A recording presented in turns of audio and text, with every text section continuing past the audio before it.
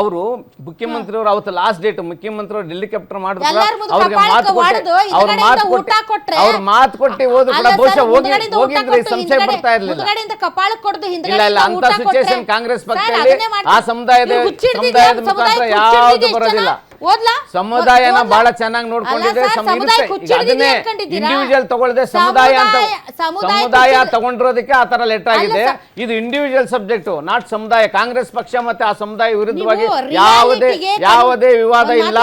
ಆ ಸಮುದಾಯ ಕಾಂಗ್ರೆಸ್ ಜೊತೆಲಿದೆ, ಕಾಂಗ್ರೆಸ್ ಪಕ್ಷ ಆ ಸಮುದಾಯದ ಜೊತೆಲಿದೆ. ಇದು ಕೇವಲ ಇಬ್ಬರು ವ್ಯಕ್ತಿಗಿಲ್ಲ, ಇಂಡಿವಿಜುವಲ್ ಸಂಬಂಧಪಟ್ಟಿದಂತ ವಿಚಾರ. ಅದು ನೀವು ಕ್ರಮ ತಗೊಂಡಾಗ ಮಾತ್ರ ಅದು ಇಂಡಿವಿಜುವಲ್ ವಿಚಾರ. ಈಗ ಇದು ಇಡೀ ಸಮುದಾಯದ ವಿಚಾರ ಆಗಿದೆ.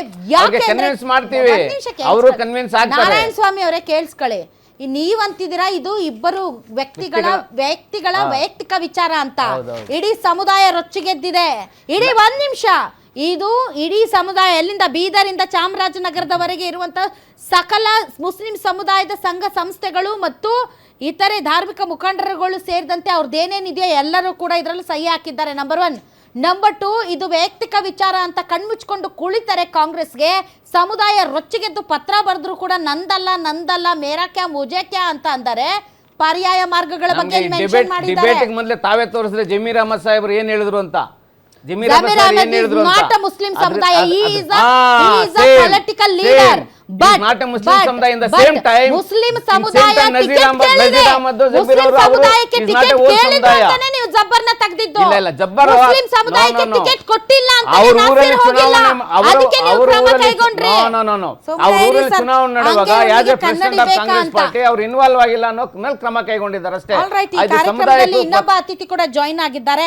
ಇಸ್ಲಾಮಿಕ್ ಎಜುಕೇಶನ್ ಸೊಸೈಟಿ ಅಧ್ಯಕ್ಷ ಒಮರ್ ಶರೀಫ್ ಅವರು. ಸರ್, ತಮಗೂ ಕೂಡ ವಿಶೇಷ ಕಾರ್ಯಕ್ರಮಕ್ಕೆ ಸ್ವಾಗತ. ಎಸ್, ಇವರು ಉತ್ಕರ್ಷ್ ಅಶ್ವಿನ್ ಜೆಡಿಎಸ್ ಜೆಡಿಎಸ್ ಹಂಗಂದ್ರೆ ಏನ್ ಸರ್? ನಾವೀಗ ಯಾರು ಜಮೀರ್ ಅವ್ರು ಹೇಳಿದಲ್ವ, ಜಮೀರ್ ಅವ್ರನ್ನ ತಗೊಳ್ಳೋಷ್ಟು ಮಟ್ಟಿಗೆ ಅನಿವಾರ್ಯತೆ ನಮ್ಮ ದೊಡ್ಡಗೌಡ್ರಿಗೂ ಇಲ್ಲ, ಸನ್ಮಾನ್ಯ ಕುಮಾರಣ್ಣ ಅವ್ರಿಗೂ ಇಲ್ಲ. ಪಕ್ಷನ ಒಂದು ಸ್ವಂತ ಮನೆ ಪಕ್ಷ ಅಂತ ಹೇಳಿ ಅದೇ ಬಿಜೆಪಿ ಜೊತೆ ಜಮೀರ್ ಅವರು ಮಿನಿಸ್ಟರ್ ಆಗಿದ್ರಲ್ಲ, ಜಮೀರ್ ಅವರು ಮಿನಿಸ್ಟರ್ ಆಗಿದ್ರು. ಅದೇ ಪಕ್ಷ ಜೊತೆ ಇದ್ದಾಗ ಹಾಗಾಗಿ ಆ ಜಮೀರ್ ಅವ್ರನ್ನ ತಗೊಳ್ಳೋಷ್ಟು ಪಕ್ಷ ನಮ್ಮ ಪಕ್ಷಕ್ಕೆ ಅನಿವಾರ್ಯತೆ ಇಲ್ಲ ರಾಧಾ ಮೇಡಮ್. ಯಾವುದೇ ಕಾರಣಕ್ಕೂ ನಿಜವಾಗ್ಲೂ ಇಲ್ಲ. ಅದು ಜಮೀರ್ ಅವ್ರನ್ನ ನಮ್ಮ ಪಕ್ಷಕ್ಕೆ ಜೆಡಿಎಸ್ ತಗೊಳ್ಳೋಷ್ಟು ಅನಿವಾರ್ಯತೆನೇ ಇಲ್ಲ. ಕೋಮುವಾದಿ ಪಕ್ಷ ಅಂತ ಬಿಜೆಪಿ ಅಂತ ಇದ್ರು, ಕೊನೆಗೆ ಅವ್ರ ಜೊತೆಗೆ ಮೈತ್ರಿಯಲ್ಲಿ ಇದ್ದೀರಲ್ಲ. ದೊಡ್ಡಗೌಡರಿಗೆ ಸನ್ಮಾನ್ಯ ಕುಮಾರಣ್ಣ ಅವ್ರಿಗೆ ಅನಿವಾರ್ಯತೆ ಇದೆ. ಅದು ಜಮೀರ್ ಅವ್ರನ್ನ ಪಕ್ಷಕ್ಕೆ ತಗೊಂಡು ಪಕ್ಷಕ್ಕೆ ಬನ್ನಿ ಅಂತ ಅನುಕೂಲ ಸಿಂಧು ರಾಜಕಾರಣ ದೊಡ್ಡಗೌಡರಾಗ್ಲಿ ಸನ್ಮಾನ್ಯ ಕುಮಾರಣ್ಣ ಅವರು ಇವತ್ತವರೆಗೂ ಮಾಡಿಲ್ಲ. ನೀವು ನೋಡಿ ದೊಡ್ಡ ರಾಜಕಾರಣಿಗಳು ಜೊತೆ ಮಾಡಿರೋದು ಅನುಕೂಲ ಸಿಂಧು ರಾಜಕಾರಣ ಅಲ್ವಾ? ಪಕ್ಷಗಳು ಸಹ ಜೊತೆಲಿರೋದು ಬೇರೆ. ಅನುಕೂಲ ಸಿಂಧು ರಾಜಕಾರಣ ಅಂದ್ರೆ ನೋಡಿ, ಪಕ್ಷದಲ್ಲೇ ಬೆಳೆದು ಎಲ್ಲಾನು ಉಂಡು ತಿಂದು ಎದ್ದವರು ನಾವು ಪಕ್ಷಕ್ಕೆ ಎದುರಾಕೊಂಡು ನಾವು ಪಕ್ಷನ ನಾವು ಎದುರಿಸ್ತೀವಿ, ನಾವೇ ಪಕ್ಷ ಅಂತ ಹೇಳ್ದಾಗ್ಲೂ ಕುಮಾರಣ್ಣ ಅವರು ಯಾವತ್ತೂ ಅವ್ರನ್ನ ನೀವು ನಮ್ಮ ಜೊತೆ ನಮ್ಗೆ ಕಾಲಿಗೆ ಬಿದ್ದು ನೀವು ಇರಬೇಕು ಅಂತ ಯಾವತ್ತೂ ಕೇಳ್ಕೊಳ್ಳಿಲ್ಲ. ಹಾಗೆ ನಾವು ಯಾವಾಗಲೂ ಅನ್ಕೊಳ್ತಾ ಇದ್ವಿ, ಈ JDS ಮನೆನ ನೆಮ್ಮದಿನ ಹಾಳು ಮಾಡಿ JDS ಒಡೆದು ಕಾಂಗ್ರೆಸ್ಗೆ ಹೋದವರು ಕೊನೆಗೆ ಕಾಂಗ್ರೆಸ್ ಪಕ್ಷದ ಒಂದು ಸರ್ಕಾರದ ಕೊನೆ ಮಳೆಯಾಗೆ ಹೊಡಿತಾರೆ ಅಂತ ಅನ್ಕೊಳ್ತಿದ್ವಿ.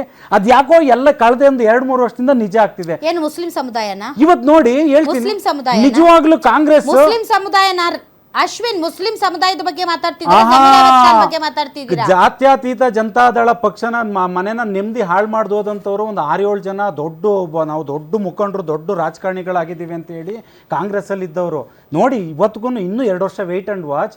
ನಮ್ಮ ಏನು JDS ಇಂದ ಹೋದ್ರು ಅವರೇ ಕೊನೆ ಮಳೆ ಹೊಡೆದು ಬರೋದು ಕಾಂಗ್ರೆಸ್ಗೆ. ಏನಕ್ಕೆ ಅಂತ ಹೇಳ್ತೀನಿ, ಇವತ್ತು ನಿಜವಾಗ್ಲೂ ಕಾಂಗ್ರೆಸ್ ಸರ್ಕಾರ ಯಾಕೆಂದ್ರೆ ಅವ್ರ ಮನೆದು ಅವ್ರದ್ದು ಇಂಟರ್ನಲ್ ಪಾಲಿಟಿಕ್ಸ್ ಅವ್ರದ್ದು ಇರುತ್ತೆ. ಆದರೂ ಇವತ್ತಿಗೆ ಉಚ್ಚಾಟನೆ ಮಾಡಬೇಕಾಗಿದ್ದು ಸನ್ಮಾನ್ಯ ಜಮೀರ್ ಅವ್ರನ್ನ, ಇಕ್ಬಾಲ್ ಹುಸೇನ್ ಅವ್ರನ್ನ ಟಚ್ಚೇ ಮಾಡೋಕ್ಕಾಗಲಿಲ್ಲ. ಪಾಪದವರು ತಗೊಂಡು ಬಂದು ಘಟಕನೇ ವಿಸರ್ಜಿಸ್ಬಿಟ್ರು. ಅಲ್ಪಸಂಖ್ಯಾತರು ಘಟಕನೇ ವಿಸರ್ಜಿಸೋರು. ಮೇಡಮ್, ನಾವು ಪಕ್ಷದ ಇನ್ನೊಬ್ಬರ ಜೊತೆಲಿದ್ದೀವಿ ಅಂತ ನಾವು ಹೇಳ್ತಿಲ್ಲ, ಒಂದು ಭಾಗವಾಗಿದ್ದೀವಿ ಅಂತ. ಸನ್ಮಾನ್ಯ ದೊಡ್ಡಗೌಡರು ಸನ್ಮಾನ್ಯ ಕುಮಾರಣ್ಣ ಅವ್ರು ಯಾವತ್ತು ಮುಸ್ಲಿಂ ಸಮುದಾಯದ ಬೆನ್ನೆಲುಬಾಗೆ ಇದ್ರು, ಜೊತೆಲೇ ಇದ್ರು. ನಮಗೆಲ್ಲ ಅವರು ಮತ ಕೊಡಲಿಲ್ಲ ಅನ್ನೋದು ಬಿಟ್ಟರೆ ಕಳೆದ ಚುನಾವಣೆಯಲ್ಲಿ ಯಾವತ್ತು ನೀವು ಮುಸಲ್ಮಾನರು ಕೇಳಿ, ಯಾವತ್ತಾದರೂ ಕುಮಾರಣ್ಣ ಅವರು ಆ ಮುಸಲ್ಮಾನರನ್ನ ನಾನು ಕೈ ಬಿಟ್ಟಿದ್ದೀನಿ, ನಾನು ಬೇಡ ಅಂತ ಯಾವತ್ತಾದ್ರೂ ಒಂದಿನ ಹೇಳಿದಾರೆ? ಇಲ್ಲ. ಉತ್ತಮವಾಗಿ ಅವ್ರು ಕಂಡ್ರೆ ಪ್ರೀತಿ ವಿಶ್ವಾಸದಿಂದ ಇವಾಗಲೂ ಬ್ರದರ್ ಅಂತಾನೆ ಮಾತಾಡ್ಸೋದು.